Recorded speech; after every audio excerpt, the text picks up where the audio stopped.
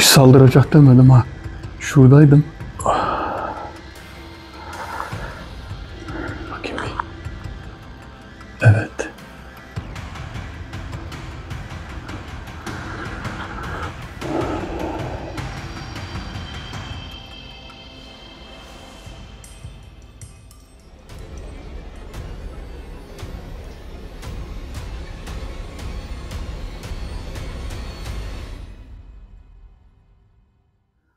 Arkadaşlar herkese merhaba. Yeni bir video ile beraberiz arkadaşlar. Bugünkü videomuzda farklı bir davet var. Şimdi İstanbul'dan bir tane arkadaşım beni aradı. Bu arkadaşım bizim tabii yaş olarak benden büyük, arkeolojide bir arkeolog olan, kendisi de bir hoca olan bir arkadaşım. Yani beraber konuştuğumuz biri. Şimdi bir olayı araştırmam için rica etti. Daha doğrusu 2 ay boyunca bana rica ediyordu. Yedikule zindanlarında bir pagan efsanesi varmış. Ta bu imparatorluğa dayanıyor. Roma İmparatorluğu'na dayanıyor. Tabii bu arada Poyraz da geldi. Poyraz hoş geldin. Hoş bulduk abi. Nasılsın? İyi Ömer abi sen? İyi, seni özledik. Ben de Ömer abi. Ne var ne yok. İyi Ömer abi. Şimdi Poyraz da zaten araştırdı bu konuyu. Biz önce söylüyorduk. Ben Poyraz'a söylemiştim. Sen de baktın değil mi? Baktım Ömer abi ama gerçek mi değil mi bilmiyoruz. Bir efsane diyorlar. Evet, tam olarak bilmiyoruz. Şimdi pagan efsanesi şu. Roma İmparatorluğu zamanında bir büyücüyü yakalıyorlar. Bu yakaladıkları büyücü paganmış, yani pagan. Bir de bunun şeyleri varmış. Yani bunu casus diye yakalıyorlar. Yedikule zindanlarına atıyorlar. Orada şey yapıyorlar. İşkence yapıyorlar. İşkenceler yapıyorlar. Pagan da büyücü. Evet, pagan da kendisi de büyücüymüş. Biz de yeni öğrendik zaten. Hani bu konuyu araştırdıktan sonra. Çünkü bu söylediğim İstanbul'daki arkadaşlarımız ismini söylemedi. Araştırın dedikten sonra, kendi bize söyledikten sonra biz de araştırdık, bir baktık öyle bir efsane var. Yani imparatorluk zamanında ele geçirilmiş bir tane pagan var. Bu paganın da işte şeyleri varmış, bunun yardımcılar, cinleri varmış bunun. Cinleri varmış. Büyücüymüş zaten. Büyücüymüş ha. Bunu da şey zannediyorlarmış, bu casus zannediyorlarmış, ajan zannediyorlarmış. Bayağı bir işkence yapmışlar.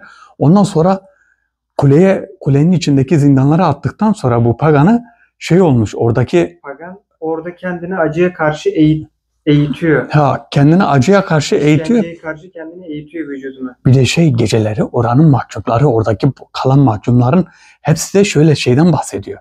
İşte değişik metafizik olaylar oluyormuş. Sağda solda uçuşanlar, canavar gibi, yılan gibi, akrep gibi şeyler geliyormuş. Anlatılanlara göre bir pagan değil, yani bir sürü pagan varmış. Yani şöyle bir şey var. Biz ne yapacağız? Biz bugün Yedikule zindanlarından benim aldığım, bugün çalıştığım bir davet var. Yardımcılarımdan Yedikule zindanlarında yaşayan birini bulduk. Hani öyle bir yaratık bulalım ki ondan soralım dedim. Yaşı da hemen 3400 mü 3500 yaşlarında bir yardımcı bulduk. Yardımcı dediğimde benim yardımcım gitti buldu. Yaşlı ama şöyle bir şey var, kafir. Kafir olduğu için pek güvenilmez. Onu çağıracağız buraya, bu pagan efsanesini soracağız. Pagan efsanesi gerçek mi değil mi kendisi bize söyleyecek. Yani bu video bir nebze de şey için olacak, araştırma gibi bir şey olacak. Hazır mısın Poyraz, çağıralım mı? Evet Ömer abi. Şimdi, hatta şunu da söyleyelim. Pagan bunu öldürecekleri zaman pagan kendini şey yapıyor. Ne yapıyor? Öldürüyor. Kendini yok mu ediyor? Ne yapıyor falan, öyle bir şey vardı. Ya evet. Öyle bir şeyler yazmışlar da pagan işte onu bir şeyini şöyle olmuş, pagan ölmüş. Pagan'ı orada öldürüyorlar. Pagan kendini yok ediyor. Ve imha ediyor değil mi? Lanet yayıyor oraya. Bir şeyler falan söylüyor. Bir lanet yayıyor. Bir lanet yayıyormuş. Bilmem ne yapıyormuş. Onu gelen yaratığa soracağız. Gelen yaratığa soracağız. Bakalım bize ne diyecek. Ona göre biz de ne yapacağız artık bakalım hani. Bakacağız gerçek mi değil mi? Gerçek mi değil mi? Bir de kanıtlanmış olur. Tabii hem kanıtlanmış, onu bir de kendimiz de araştıracağız. Bakalım gelecek mi gelmeyecek mi? Çünkü davete gelmeyebilir. Yaşlı, bir de şeymiş böyle, ne bileyim, kafir olduğu için. Ya yalan falan anlatabilme şeyi var mıdır? Bilmiyoruz artık, gelsin de ne diyeceği belli olmaz. Başlayalım. Bismillahirrahmanirrahim. Yedru masmin şeyin fil ardı ve semai ve huve semlâlim. Bismillahirrahmanirrahim. Yedru masmin şeyin fil ardı ve semai. Bismillahirrahmanirrahim. Yedru masmin şeyin fil ardı ve semai ve huve semlâlim. Arkadaşlar koruma duasıdır. Koruma duasını sabah 3 defa, gece yatmadan önce 3 defa okuyun. Rabbim Zülcelal sizi kazadan, beladan, her türlü kötülüklerden korur. Hemen davete başlıyorum ve Yedikule zindanlarındaki bekçi Bakalım gelecek mi? Ya bekçi diyorum da o kulenin bekçisi değil aslında. Zindanların bekçisi değil. Orada yaşayan biri. Ya dışında yaşıyor ya kulenin içinde yaşıyor. İlla Ya ki bu şeyleri görmüştür Ömer abi. ben kendim gittim Yedikule'de aşağıya zindanlara indim. Orası çok böyle korkunç bir yer. Ha gündüz gittiğin zaman gezebiliyorsun. Sıkıntı yok. Darp dönemeçli yerler falan var. Tabii böyle acayip bir yer. Yani orası çok değişik bir yer. Bakalım gelecek, bakalım ne diyecek. Davete başlıyorum.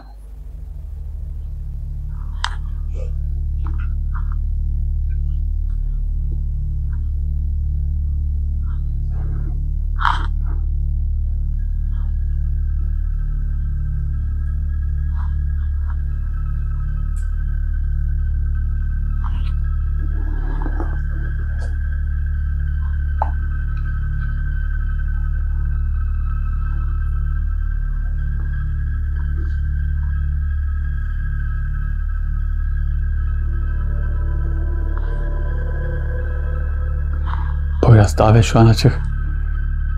Ne olacağı, kimin geleceği belli değil. O yüzden biraz temkinli olacağız, dikkatli olacağız. Bu arada yeni bir lensimiz var. Bu lensi deniyoruz. Poyraz görüntüler nasıl? Çok iyi Ömer abi. Yeni bir lens var. Şöyle söyleyeyim. Lensi bütün yatırımı lenslere yaptım. Allah sonumuzu hayretsin bilmiyorum. Bakalım ne olacak. Evet şu an davet açık.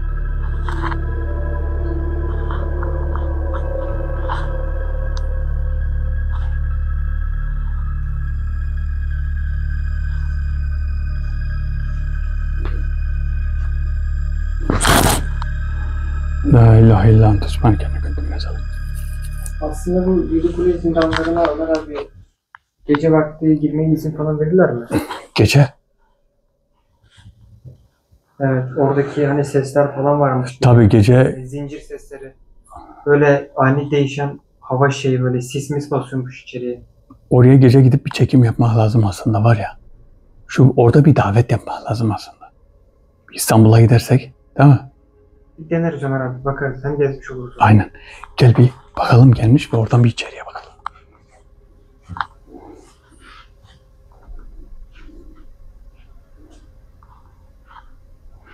Bakalım laneti. Bakayım mı ben? Şöyle bakalım.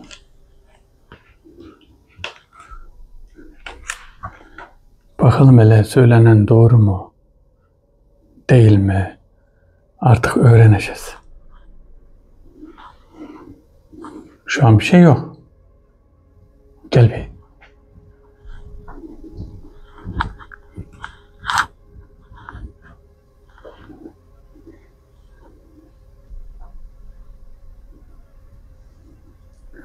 La ilahe illallah.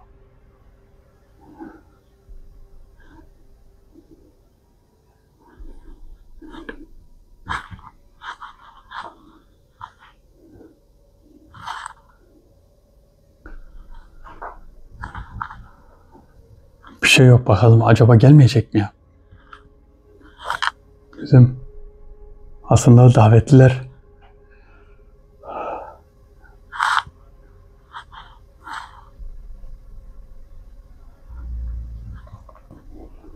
ismini de bilmiyoruz ki.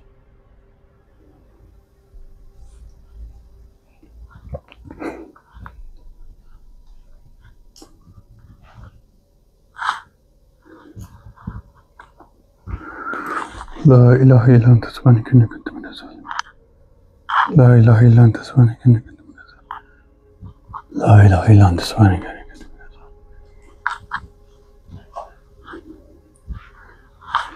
Poyraz geride dur. Ne olur ne olmaz. Sanki yok gibi. Ah.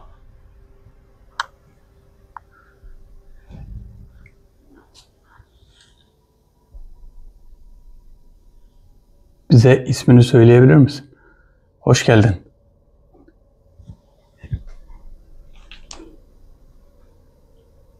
Seni buraya ben davet ettim. Tamamen bilgi amaçlı. Başka bir niyetim yok.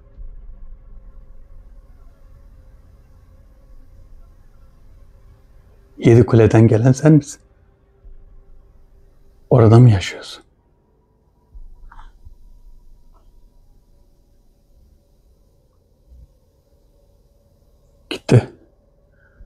Poyraz, acaba o mu? Cevap vermiyor. Hı? Cevap vermiyor. Bir şey demedi. Bir şey aldı mı? Bir şey demedi.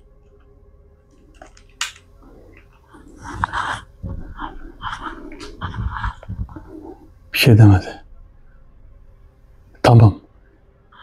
Bu herhalde, aynen bu herhalde orada. Orada yaşıyor.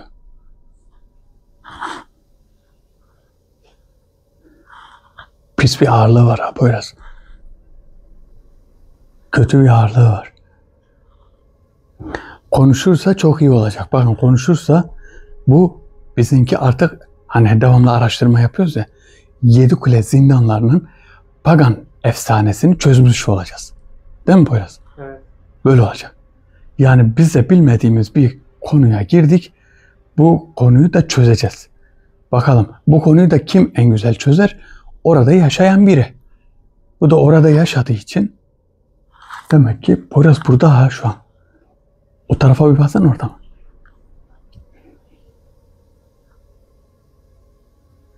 La ilahe illallah. Gel bir. Gel oradan bakalım. Bu burada duruyor.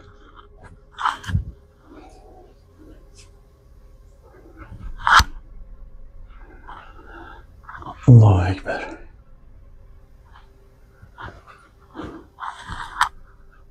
İsmi nedir bunun acaba ya?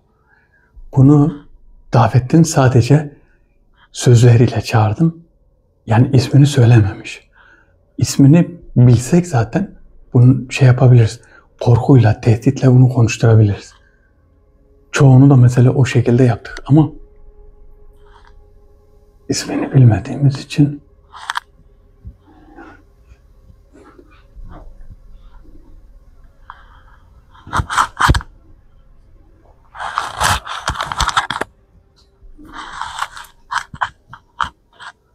Allah Allah.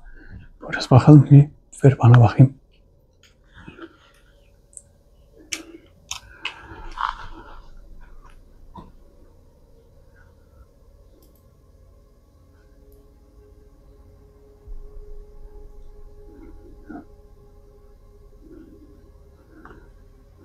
Davetli.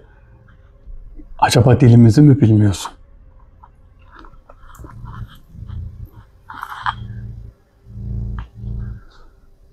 Davetli dilimizi mi bilmiyorsun acaba? Allah Allah. Burada da yok. Poyraz. Gel gene buraya. Arla burada. Gel iyice geriye gel. Bak. Allahu Ekber. Bize ismini söyler misin? Buraya Yedikule'den mi geldin? Kaç yaşındasın? Konuşur musun bizimle?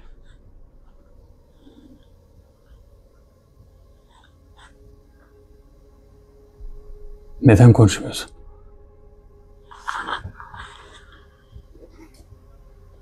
Seni buraya bilgi amaçlı çağırdım.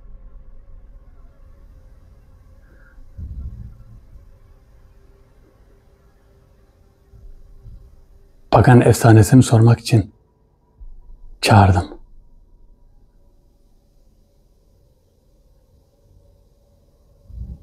Bir şeyler söyle.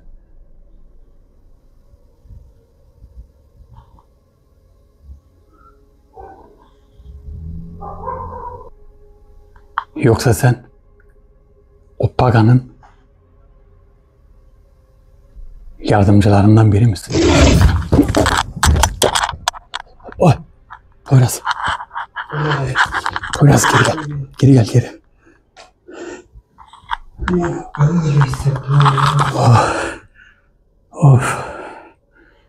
Poyraz bu büyücü herhalde. Bu onun yardımcılarından. Şu güçlü ama abi herhalde. Evet. Bayağı sağlam oldu.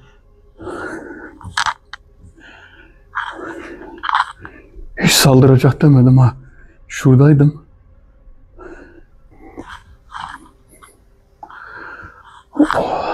Birden saldırınca ağrı girdi.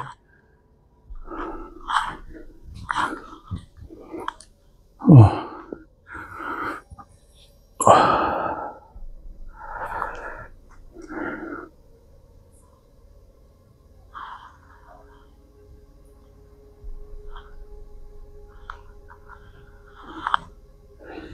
Eğer buradaysan şöyle. Ben buraya seni sadece bilgi amaçlı çağırdım. Benimle sadece konuşacaksın. Sana sadece sorular soracağım. Ondan sonra istediğin yere gidebilirsin. Neden saldırdın? Saldırmanın sebebi neydi? Poyraz, bunun niyeti ne acaba ya? Allahu Ekber. Görüyor musun şunu ya? Bir saldırdı ama.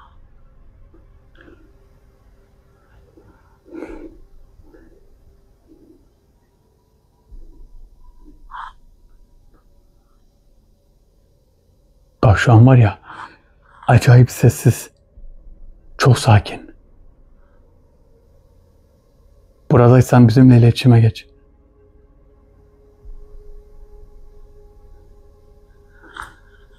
Görüyor musun? Peygamber abi görünmüyor. Oradan bakalım buraya.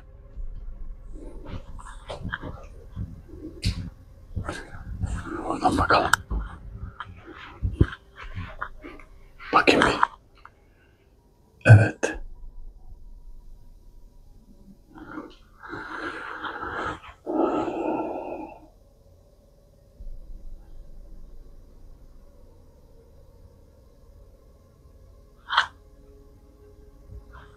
İçeride.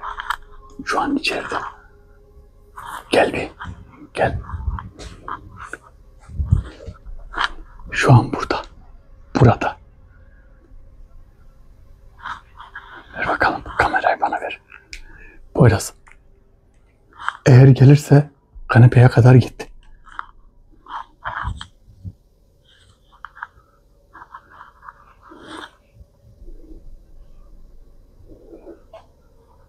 Şu an ağırlık burada.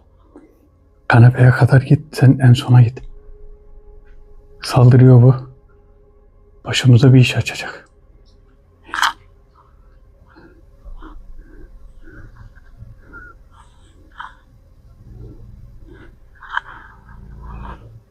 La ilahe illallah. La gel. Gel. Gel sen kapıya doğru git.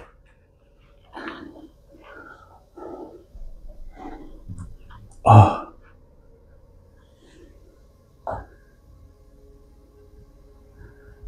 Allahu Ekber.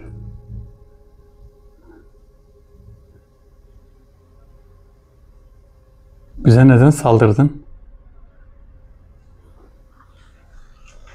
Saldırmanın sebebi neydi? Sen bu paganın yardımcısı mısın?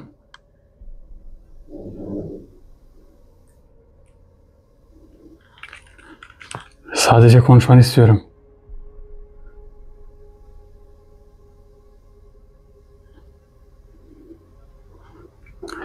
Kayboldu.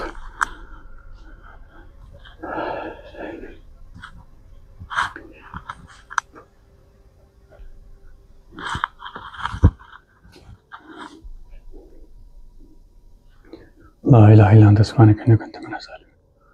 La ilahe illallah ente subhaneke inni kuntu minez zalimin. La ilahe illallah ente subhaneke inni kuntu minez zalimin.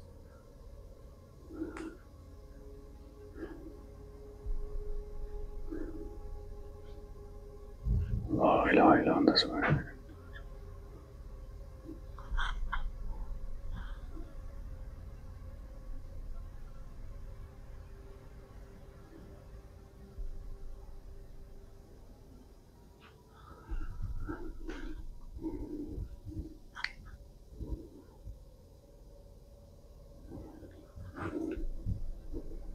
Poyraz şu an burada bak. Buradaysan konuş bizimle. Eğer buradaysan bizimle konuş.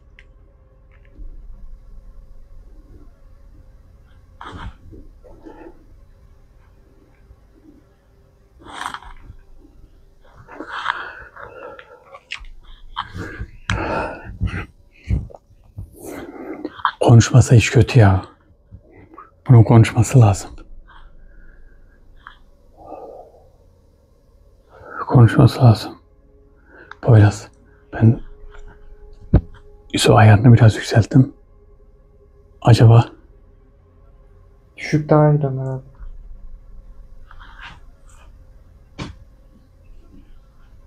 daha mı iyiydi?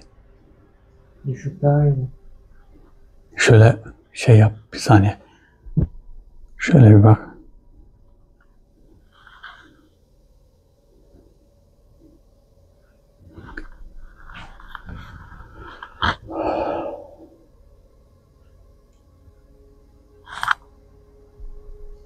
Hissediyorum. Hissediyorum.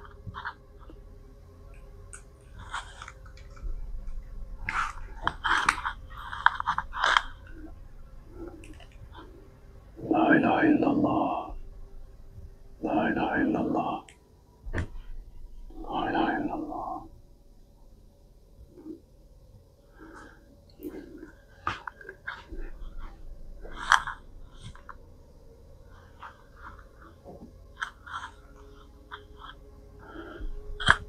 Allahu Ekber. Poyraz bu. Bu herhalde gelmeyecek.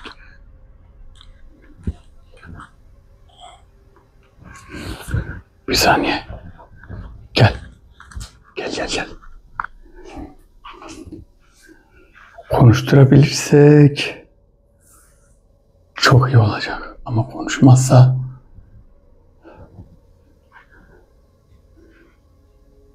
Pagan buradaysan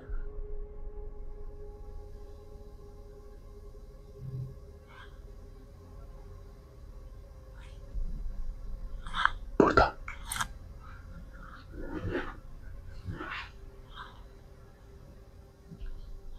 Poyraz gel. Burada hissettiğimizde orada çıkıyor. Orada hissettiğimizde burada çıkıyor. Habire yer değiştiriyoruz ama. Evet. Az önceki çarpması çok kötü vurdu ama ha. Versene bakayım. Habire yer değiştiriyor dediğin gibi. Eğer buradaysan sadece seninle konuşmak istiyoruz. Başka bir şey istemiyoruz. Sadece konuşmak. Bekçi. Bizi fazla yorma. Seni buraya sadece konuşmak için çağırdık. Niye saldırıyorsun bize? Senin niyetin saldırıp korkutmak. Ama yanlış yoldasın. Bekçi bekçiliğini yapsın. Bilgisini versin gitsin değil mi? Poyraz geriye git. Çok pis vuruyor çünkü. Evet. Davetli.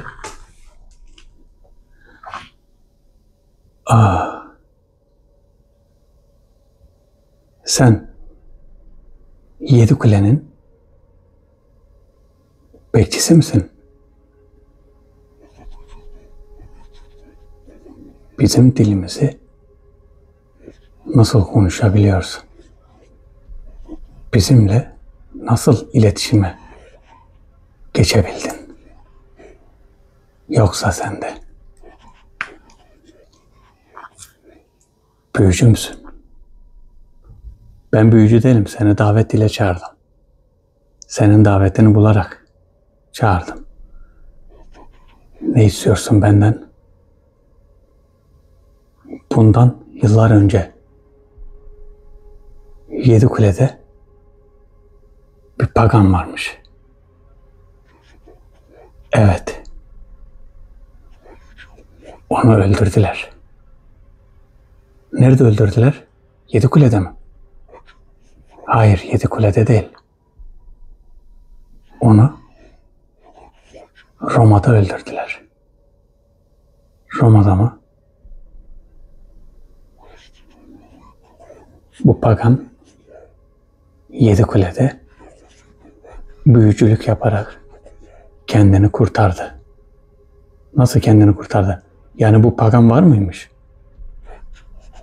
Pagan ve 4 tane cini vardı. Bunlar paganın yardımcısıydı. Ve o ne isterse bunlar yapardı. Allah Allah. Nasıl ne isterse paganın tüm emirlerini yerine getirirlerdi.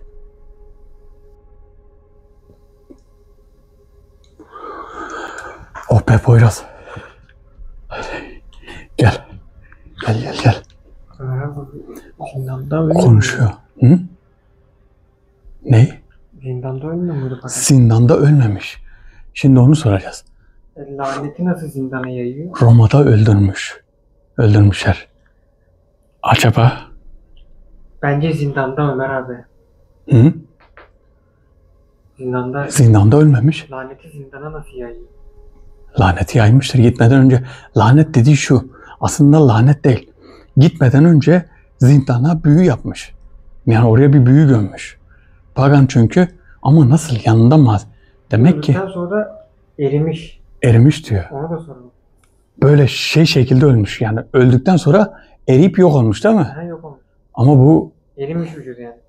benim düşüncem şu. Öyle bir mantıklı bir şey yok. Mesela biri ölse, büyücü de olsa eriyip gitmez ki o Poyraz. Bizim öğrenmek istediğimiz bu zaten. Efsaneye göre bakın. Bu varlıklarda olmuyor mu? Pagan ölmüş değil mi? Evet. Efsaneye göre Pagan'ı işkenceyle öldürmüşler, vurmuşlar ve Pagan düştüğü yerde erimiş, ölmüş yani. Değil mi? Evet. Eriyip yok olmuş. Laneti yaymış sonra yok olmuş. Laneti yayıp sonra yok olmuş. Yani bu bence mümkün değil. Yani eriyip gitmesi mümkün değil. Bunun gerçek mi değil mi onu öğreneceğiz. Bundan, Soralım Ömer abi. bu manyaktan. Değil mi? Arkadaşlar az önce bu yeni lensin ayarı yerinde değildi. Ben elimle oynarken düzelttim bir şekilde. Yani ISO ayarı otomatikten çıkıyormuş. Daha karanlık yapıyordu. Şimdi daha da aydınlandı. Şöyle bir bakalım neden öyle oldu biliyor musun? Şundan öyle oldu. Ben bir deneme yapacağım. Poyraz gel lensi şöyle deneyeceğiz. Bak. Şöyle göstereyim sana. Şimdi. La ilahe illallah. Allahu Ekber.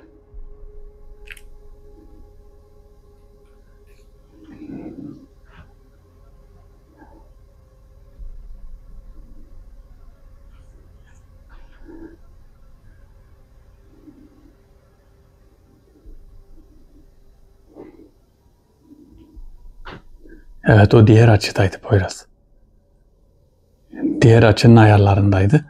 Biz açıyı değiştirince karanlık oldu. Şimdi iyi. Şimdi iyi. Bakalım o ölen pagan ne yapmış?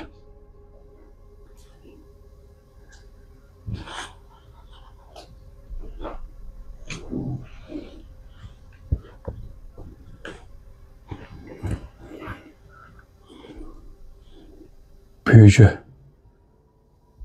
Büyücü buradaysan bize açık açık konuş, bize anlat. Ne olmuş, neler olmuş anlat bakalım. Bize ne olduğunu öğrenmek istiyoruz. Tabii senden öğrenmek istiyoruz. Biz nereden bilek başkasının işini? Kimin? Bu yıllar önce 3500 yıl önce mi? 3500 yıl önce mi? Biraz geriye git. Evet.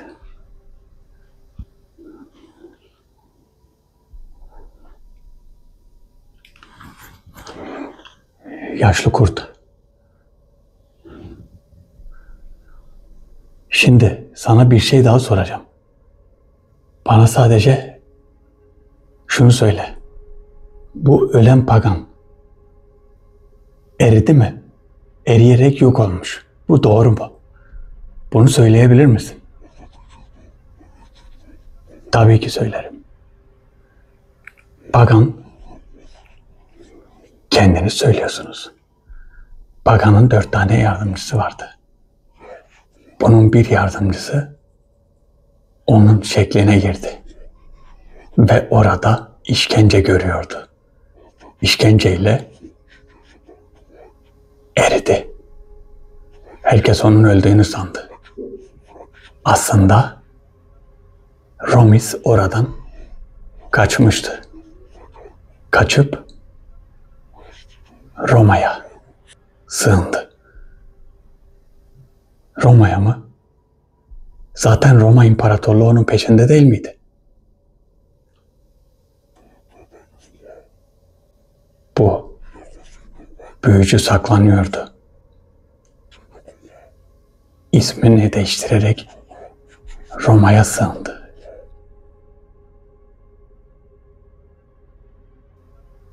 La ilahe illallah. Bu efsane yalan mı? Yalan değil. Nasıl görmek istediklerine bağlı.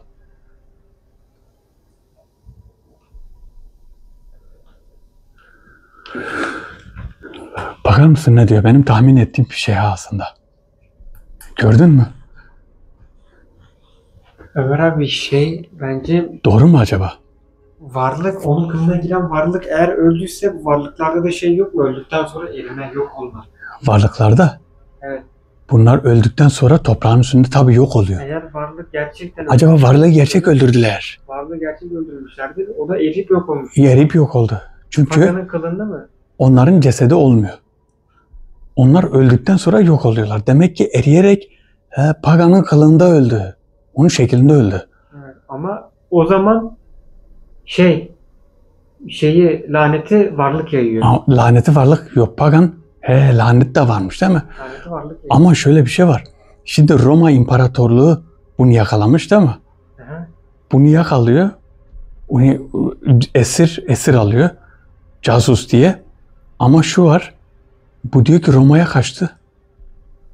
7 kuleden Roma'ya kaçmış. Kimliğini değiştirmiş.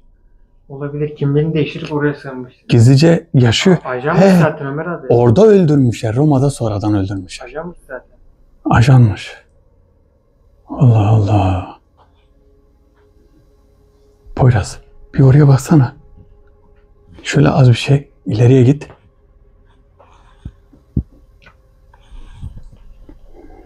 Görüyor musun herhangi bir şey?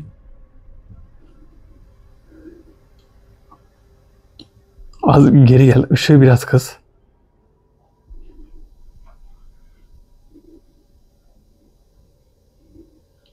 Görüyor musun?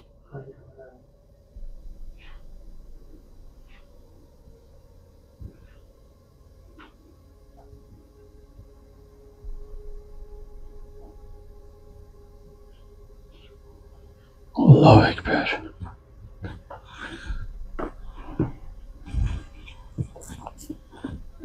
Şöyle bir şey de varmış herhalde Ömer abi. Laneti yaydıktan sonra orada değişik sesler, varlıklar falan görünüyormuş.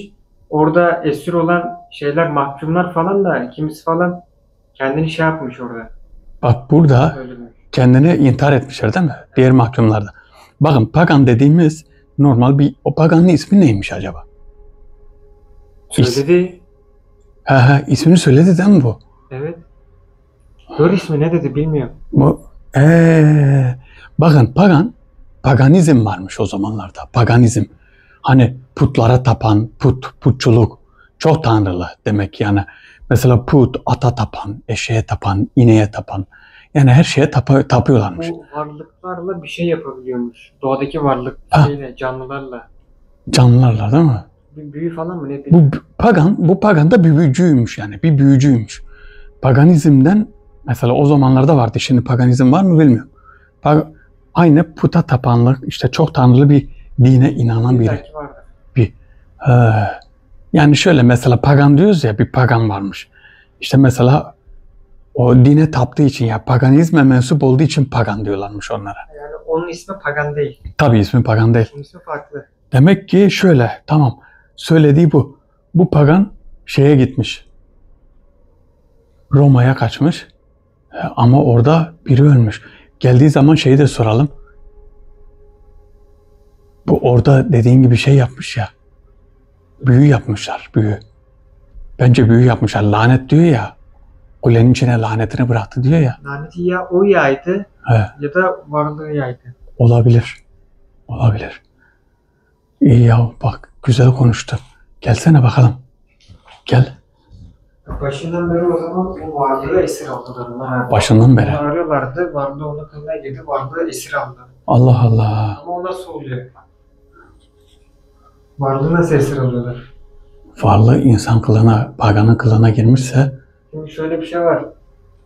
Eğer gerçek pagan olsaydı alırlardı götürürlerdi. Pagan oradan çıkamazdı. Varlık da paganın kılına girseydi varlığa nasıl olacak? İki tane pagan. yok varlığa nasıl işkence yapıyorlar onu anlamadım. İşkence yapması için bunu yapan da büyücü olması lazım. Baksana bir içeri. Yani varlığa nasıl büyü yapıyorlardı ya da nasıl işkence yapıyorlardı ki?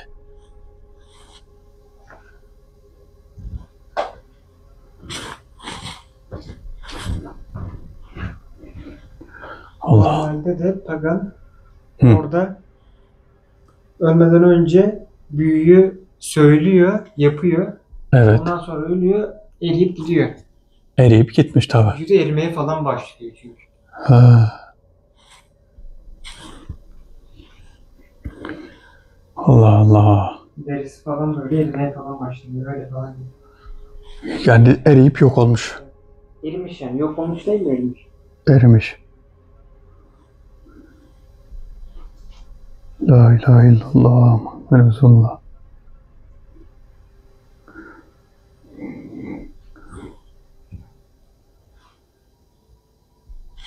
Hiçbir şekilde gözükmüyor. Gel geçelim karşıya.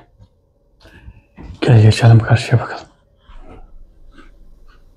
Evet bak orada. Evet davetli. Bu paganın laneti varmış. Laneti nasıl yapmış? Yani zindanın içine lanet mi yaymış? O öldükten sonra geriye kalan 3 tane yardımcısı devam etmiş. Halen oradalar. Bazen geceleri orada gülerler, oynarlar ve eğlenirler. Görenler de olmuş. O zamanın mahkumları ve zindandaki esirler birçoğu intihar edip öldü. Fakat bu 3 büyücü orayı terk etmedi. 3 büyücü dediğim paganın yardımcıları mı? Paganın yaratıkları mı yani? Paganın cinleri mi? Evet. Onların hiçbir zaman bir yöneticisi olmadı. O zamandan bu zamana kadar oradalar. Tabii biri öldü. Buna nasıl işkence yapıyorlardı? İşkence yapan kimdi? İşkence yapan imparatorun kahin ve büyücülerinden oluşan bir gruptu. Bu grup işkence yaparak paganın yardımcılarından birini öldürdü. Ve onun öldüğünü halka bildirip kutlamalar yaptılar. Bu onlar için büyük bir zafer sayıldı. Benim anlamadığım, bunu neden araştırıyorsun? O yardımcılar bunu duyacaktır. Benden soracaklardır. Sorsunlar senden, ne olacak ki? İsterlerse gelsinler. Gelmek istiyorlarsa gelsinler. Emin misin? Allah Allah. Niye öyle dedi ya şimdi?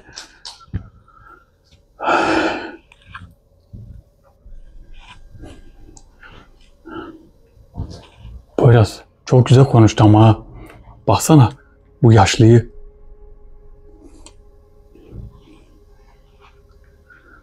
Bu yaşlıyı bir şekilde konuşturduk ya. Çok iyi oldu. Şu an var ya, inan ki var ya, gerçekten bir başarı elde ettik. Tanımadığımız 7 kulenin içinde bir tane yaratığı çağırdık. 7 kulenin etrafında mı içinde mi, o bölgede yaşayan biri. Yani aslında şöyle, bunlardan mesela bir bilgi almak isteyenler kendi yardımcılarına söyler, aynı benim gibi. Şimdi kendi yardımcılarıma söyledim. Bunlar gittiler 7 kulenin oraya. 7 kulenin oradaki en yaşlısını buldular. Bunun davetini de bana getirdiler. Daveti bunun şifreli gibi bir şey. Yani isim olmadan bir davet var. Bu daveti getirdiler ve ben bunu çağırdım. Şimdi bu geldi. O zamanı bildiği için, o yaşanmış şeyleri bildiği için hepsini anlattı. Bizim gibi değiller ki, biz unutuyoruz. Bizim aklımızda bir şey oldu mesela, unutma oluyor. Biz dün ne yediğimizi, sabah ne yediğimizi unutuyoruz. Aklımızda kalmıyor. Ama bunlar 3000 yıl önce, işte 2500 yıl önce neler olduğunu unutmuyorlar. Demek ki öyle olmuş. Bunun da bir anlamı yok mu zaten? Ama şöyle bir şey var. Kesinlikle İstanbul'da yaşıyorsanız gece yarısı zaten giremezsiniz. Büyük ihtimal güvenlik falan vardır. Belediye orayı koruma altına almıştır ama gece yarısı sakın o zindanlara girmeyin. Eğer girerseniz oradaki yaratıklar, yani musallatta %100 açıklardır. Musallat etmeye kesin. Çünkü orada kafir yaşayanlar var. Paganizmden kalan büyücüler de vardır. Onlar da zaten kafirdir. Kafir oldukları için zaten insanlara zarar veriyorlar. Biz Poyraz, biz ne yaparız biliyor musun? Aslında şöyle, oraya gidip, yani Yedikule'de bir davet yapacağız. Gece yarısı gideceğiz oraya. Oraya hazırlığımızı yapacağız, daveti yapacağız ve orada yaşayanları çağıracağız. Orada paganı gerçek göreceğiz. Paganı gerçek göreceğiz. Paganın yardımcılarını gerçekten göreceğiz. Nasıl bir şey? Bence çok iyi. Süper. Görebiliyor musun? Benim.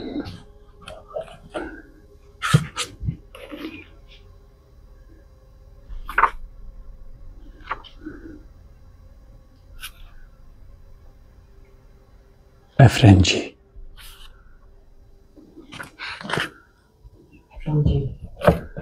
Efrenci. Allahu Ekber. Efrenci. Bu gelene güzel bir bağlantı var. Bunda aslında çok iyi bir bağlantı var, biliyor musun? Şöyle, aslında boyuta gireceksin. Yedikule'ye gideceksin. Orada kimler yaşıyor, her şeyi, herkesi görürsün. Boyut daveti yapıp aslında o Yedikule'ye gidip çok güzel olur ha. Gel. İçeriye bakalım. İnan ki var ya, çok acayip olur.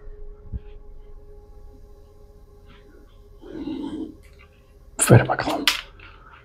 Poyraz, bu kesin anlaşıldı. Sen daveti yapmadığın için sen tuttuğunda hiç gözükmüyor. La ilahe illallah subhaneke ne kuntu minez zalimin. La ilahe illallah subhaneke ne kuntu minez zalimin.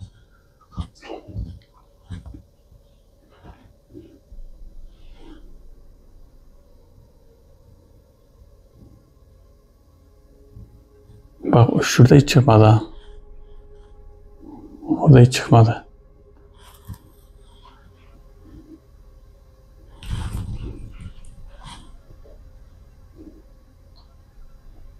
Allahu Ekber.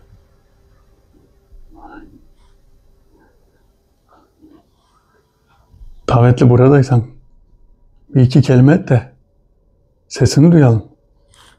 Konuştuğun bir şey varsa konuşmanı duyalım. Neden hiç konuşmuyorsun? Poyraz gel.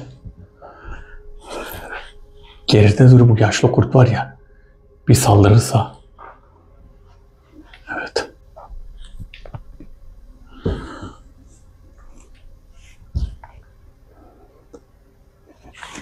Bizim tanıdığımız birçok kişi var. Senin dostlarından da tanıdıklarım var. Buraya gelmeden önce senin davetini duyduktan sonra ben de kendimce bir araştırma yaptım. Tabii sen de bir araştırma yapıyorsun. Dostlarını tanıdım. Aralarında benim de tanıdıklarım var. Sen buraya beni ismimle çağırmadın. Geldiğim için sana saldırdım. Daha doğrusu senin yanında bulunan kapıdan çıkmak istedim. Bunu daha önce bilseydim yapmazdım. Paganizmden kimse kalmadı. Yedikule zindanlarında şu an 2 kabile var. Bunlar kimseye zarar vermiyor. Ama gece oraya giren olursa tabii kafirler arasında olanlara hükmedemeyiz. Kafirler diyorsun, sen Müslüman mısın? Benim Müslüman olduğumu kim söyledi? Kimse söylemedi, ben soruyorum. Hani Müslüman mısın acaba? Benim bilmediğim hiçbir şey yok. Kendi bölgemde her bilgiye sahibim. Sadece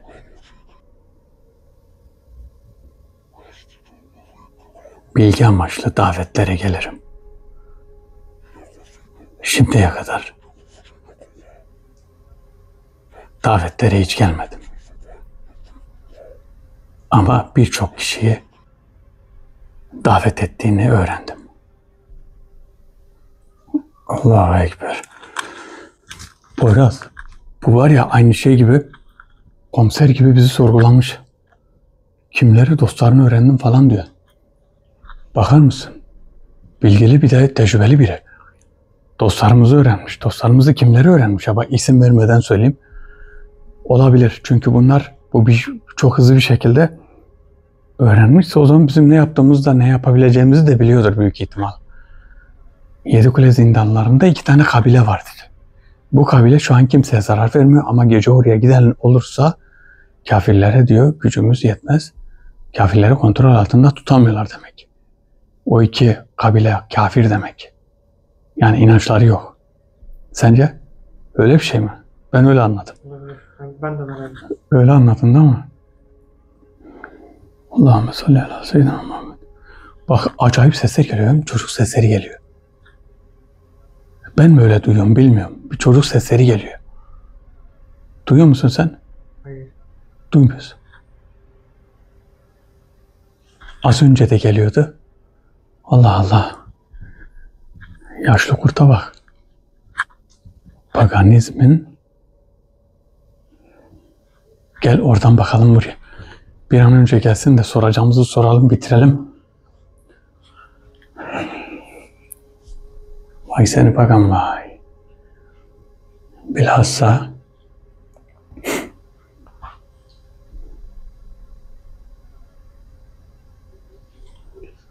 yaşlı.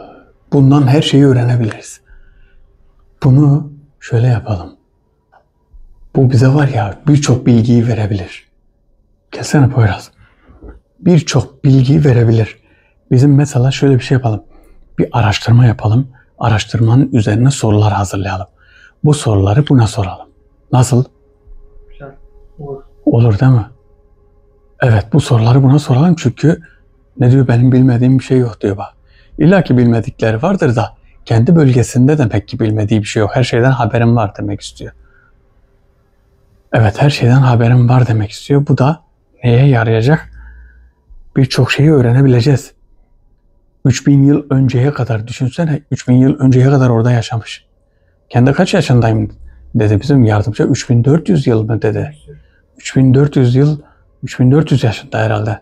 Kendi söylemedi, yardımcılarım söyledi. Yardımcılarıma da yalan söylemiş olabilir mi? Yardımcılarıma yalan söylemiş olsa bile onlar başkasından da öğreniyor. Var mı herhangi bir hareket?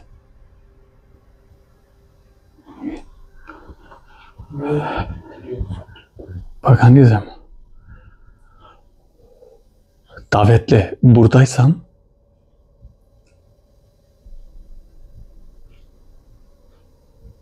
görebiliyor musun? Hayır. La ilahe illallah. Allahümme salli ala seyyidina Muhammed. Allahümme salli ala seyyidina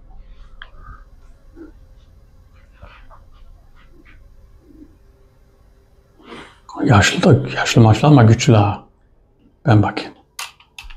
Yaşlı maçlı ama güçlü.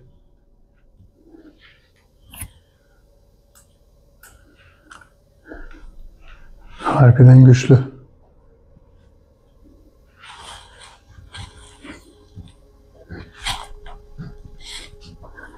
Allah Allah. Şöyle. Ya çok yakın duruyoruz. O yüzden aslında yani o yüzden mi çıkmıyor acaba? Biraz geriden mi dursa? Allahu Ekber. Şöyle biraz daha geriden duralım.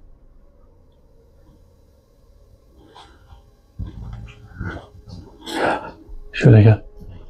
Bir daha bakalım içeriye. Gelmezse zaten. Aha.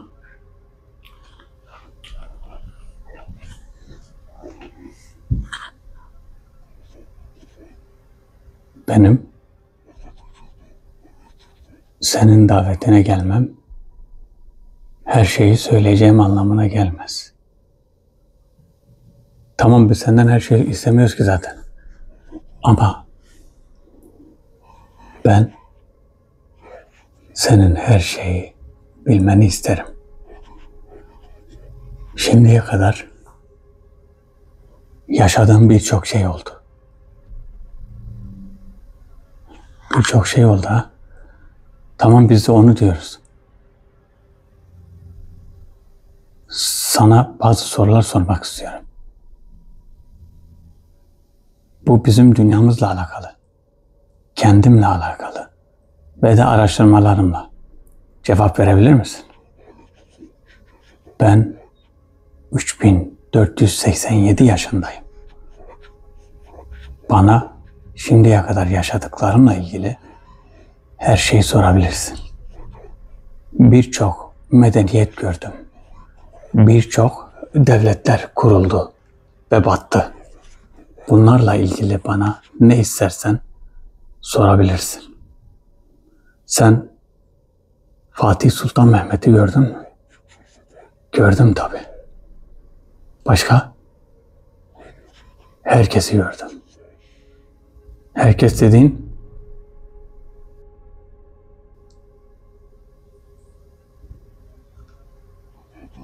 biz şu an daha büyük bir kabileyle beraber yaşıyoruz.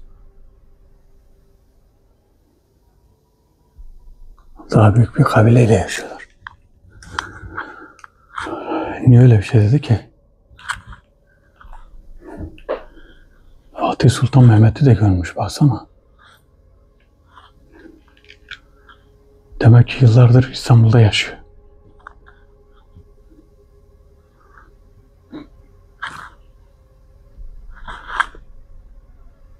Şöyle içime sinmeyen bir şey var.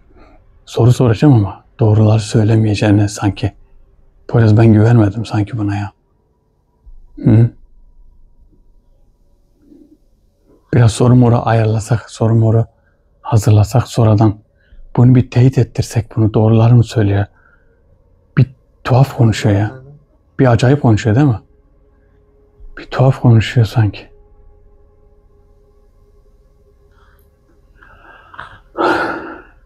Şöyle zaten. Bak hele ya. Ne soracaktık, neler başımıza geldi bak. Bence şey yapalım Poyraz, daveti kapatalım. Paganizmden tut, yardımcılarından, Yedikuleden, nasıl öldüğünden, lanetten, bilmem neyden. Lanet dedikleri bu yardımcıların yaptığı bir şey, başka bir şey değil. Daveti kapatalım Poyraz. Daveti kapatalım ve videomuzu bitirelim. Arkadaşlar videomuzu beğenmeyi unutmayın. Herkes kendine iyi baksın. Allah'a emanet olun. Hoşça kalın.